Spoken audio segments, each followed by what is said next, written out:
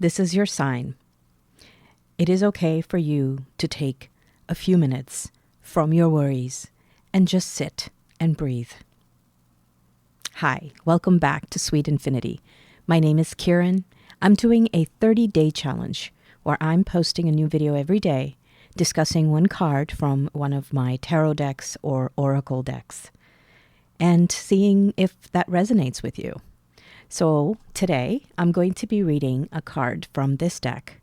It's called the Sufi Tarot Deck by Ayeda Husain. It's a beautiful deck, and it says on the back, the quest for mystical truth is common to both tarot and Sufism. Sufism, called the path of the heart, is about polishing the mirror of the heart to reflect the divine. Similarly, tarot is about discovering the hidden secrets behind the arcanas, or the archetypes that the tarot deals with. This beautifully illustrated deck creatively re-envisions the cards through a Sufi lens and shares the potency of its ancient teachings and healing techniques.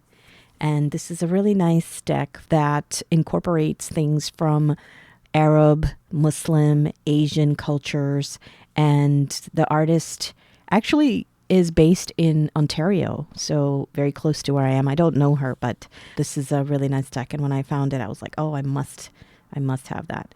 So this is a guidebook. A lot of tarot decks, most tarot decks come with a little guidebook, and I've been reading tarot for so many years that I usually don't need a guidebook anymore. But today I'm going to read from this when I pick a card, just so that we have a nice sort of understanding of how the artist has also envisioned these cards.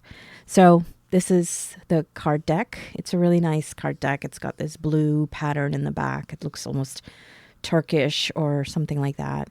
So it's really nice. And the artwork is also just really cool. I just like it. And, you know, there's some like interesting motifs. It definitely reimagines the traditional tarot deck with a Asian, Arab, Middle Eastern, West Asian aesthetic. So it's really beautiful. And the titles of the cards are also, in some cases, like for example, the card for justice is called Adl, which is justice in Arabic, I believe. So, you know, there's a lot of that. Anyway, let's shuffle. And in the meantime, if you think this might be interesting to someone else, I would love for you to share this video, post it on your Facebook, Instagram, Twitter, TikTok, and wherever else your friends might be. And let me know if you are doing your own 30-day challenge. I'd love to hear from you. So leave me a comment too, okay? So I'm shuffling the deck, and then let's pick one card from here. Okay, today we have the 8 of Swords. There's 4 suits in the tarot, and swords is one of them. And so this is the 8 of Swords. And if you see, there's a picture of a woman behind these 8 swords, and she's got a blindfold on. So this guidebook, I'm going to find 8 of Swords in here. Okay, 8 of Swords. Upright, feeling trapped, helpless, losing hope, caught up in recurring patterns, stuck in a self-created mental prison. Reversed, if it's reversed, it could mean breaking free, cutting the ties that bind, seeing through the illusion of limitation, and taking your power back. The 8 of Swords is about feeling hopeless and bound when one is not. Yes, the woman in our card stands behind what seems like bars, but is that truly what they are? If there is a way out, she is certainly not looking for it. The blindfold she wears represents her disinterest in looking for ways to leave. Her mental state is her cage. Whether by repeated patterns and cycles in our lives or by outside conditions, there is a complacency and fatalism that can creep into our minds and keep us trapped. The underlying emotion in many cases of this state of paralysis is fear. Fear of being alone, fear of being abandoned, and of failure. When this card appears for you, you are being encouraged to examine your relationship with what Sufis call the nafs al-lawamma, your hesitant, self-questioning self. This is the part of you that puts yourself and your needs last and is overly deferential and a harsh judge of both yourself and others. It is this state of being that makes us feel powerless and blindly accept what we are taught, finding comfort in non-action. Is there something in the past that keeps you so trapped that the way out is no longer visible? And some contemplations that are suggested. Am I physically stuck somewhere? Or is it an inner state? What fears keep me from breaking free? And an affirmation that could be used. I'm free from the patterns of the past. So that's from the guidebook. Eight of Swords is traditionally shown as a woman who is in a forest, and she is blindfolded and often also has a rope around her arms, but usually her hands are free. And she's walking around and there's swords everywhere around her. So she feels trapped and she doesn't know where to go, and it's a forest and it's dark and she's blindfolded. But her hands are free, but she's not using them. So this card has always signified for me a kind of defeatism, a kind of fatalism, as it says in the guidebook, where we might have had some limitations, and there are limitations on us, on everyone in the world. There's always something. Nobody is completely free to self-determine their lives or their actions, but we do have some level of agency and free will, if you want to call it that. And this card is about not really being able to use that yet. This person at this stage in life, see, the tarot has imagery that we all go through at different points in life. So at this point in life, and maybe we've all been there in different ways. Maybe we've stayed at a job we didn't want to. Maybe we've stayed in a relationship we didn't want to, in a situation, in a household with roommates who are really bad and bad for us. There could be lots of situations where we have just overstayed and not escaped or not changed things, even though we didn't really physically have to be there anymore, but we just were afraid of making that change. And that's this person, right? So she might be trapped, but she has some agency. And in most of the decks that I have, this card, the blindfold signifies that she's not even looking for a way out, that she's not using the abilities that she does have to find a way out of the trap that she's in or the place that she's stuck. And that's very interesting, because I find that a lot of times you might not be able to change the whole situation, but you might be able to make a small change. And that over time will accumulate. And it'll over time teach you, because you're also watching yourself. So the more that you are taking some of that agency and using it, you are building a kind of trust with yourself. And when you take small steps, baby steps, your own self-confidence grows that you are able to do it. And then you are able to take bigger steps. And it accumulates. And that's how change happens. I'll give you an example. For a long time, I didn't want to join a gym. Or I couldn't afford to join a gym. And I didn't really even have the motivation to go outside, to, go running or something. And I decided to just work out and stop using excuses and just work out in my bedroom, in a little tiny space right by my bed, by the window. And I started to just do some of the calisthenic exercises that I could do at home.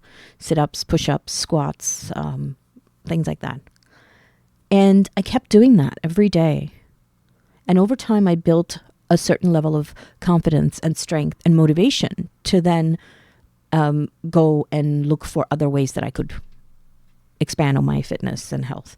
And then I found a free martial arts for women. And then I joined that. And then I ended up joining the program for a few more months. But my point is that I didn't even have the motivation to look for that or the confidence that I could do that until I took the baby steps of just working out in my bedroom in the safest place that I could think of. I don't have to deal with other people who might be looking at me and I'm feeling self-conscious or whatever. Or, going outside and the weather sucks. Okay, no excuses. In my bedroom, right? So that's my point, is that taking that small step made a huge difference. And a lot of times we want the stars on the moon and we don't feel like we can achieve that so we don't take any steps. So we need to think about where we are. Start where you are with what you have. Start where you are with what you have. And this is the lesson of this card. That this card is that, yes, you may feel trapped, and you may be trapped. You may be stuck. You may be limited. You may have very limited, restricted movement and options right now. But that doesn't mean you have to stay that way. That doesn't mean that things will never change. Because you might have a slight, tiny crack, tiny little pinhole where you can get some light in, where you can get some fresh air, where you can step outside, where you can take a small step that not only gives you more autonomy or agency, but also gives you the self-confidence. Because making that small step allows you to then think of the next thing that you can do. And a lot of times, those who would oppress us, or who would trap us, or who would keep us stuck, who would want to see us in these kind of positions, they want to take away that hope from us.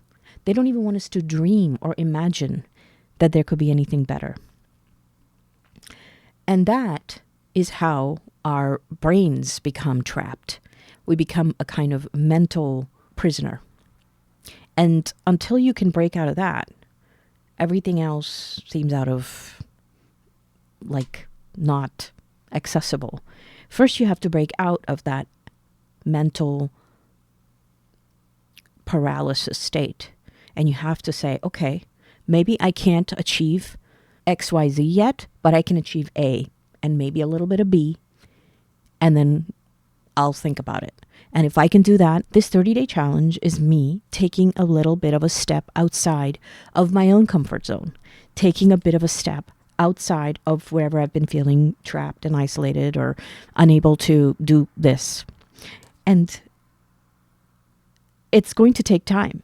I'm not expecting things to change overnight, but I'm doing it. And I decided to just do it. And maybe it's a small thing. And right now, I don't have a lot of viewers. That's okay. I'm doing this because I want to do this. And because I'm proving to myself that I can do this. And I would encourage you to really think of this 30-day challenge. Give yourself 30 days to change one habit, to do one thing that you've been wanting to do. Just one thing. Could be something small. Doesn't have to be anything big.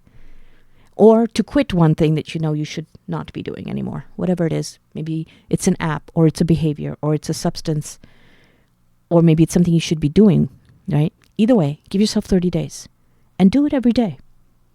Do a small step. Do a baby step. Don't push yourself to the point where you don't keep up with it and then you lose that sense of confidence. But let's say you miss a day. That's okay. You can still get back on it the next day. You're allowed a day off. But give yourself 30 days because you can break out of it. But it will take effort. And that starts with you taking the first step. Whatever situation you're in, there are always ways. Where there's a will, there's a way. Now, of course, there are lots of limitations on us, on all of us. There are socioeconomic limitations. There are cultural limitations. There's all kinds of issues. There's issues of ability and disability. I get that. I'm not saying that any one of us is a superhero or is going to do something that is impossible, okay? But I am saying, given the situation you're in, there might be something that you can do, a small change that you can start to make that will put you on a path to where you want to go. So, that's the lesson for today. I hope that that was helpful. I would love to hear from you. If you have any comments, please leave them down below here. I would love to have the thumbs up if you like the video, and please share it too. I am going to continue making these videos, so come back and I'll read you another card. Take care of yourself and take care of each other.